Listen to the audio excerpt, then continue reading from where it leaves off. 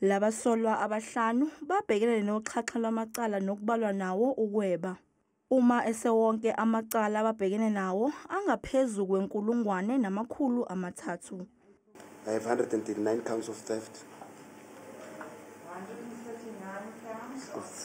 Repeat section 12 of cybercrime. I have 278 counts of contravening section 21A of Cybercrime Act. Kulindeleke ukuba senyuke isibalo sabasolwa njengoba uphiko oliphenya amacala omphakathi i-NPA ludalule ukuthi omunye umsolwa uzinikele emaphoyiseni namhlanje.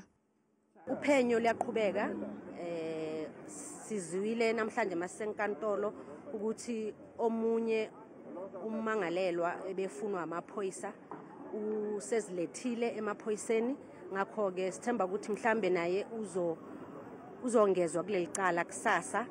Icala lizoqhubeka kusasa lapho kulindeleke khona ukuthi abasolwa befake isicelo sebheyili sebekanye nabasolwa abane ababoshwa ngoNhlolanja emva kokuba bebanjwe bekhipha imali ngamakhadi omgunyathi eSoweto.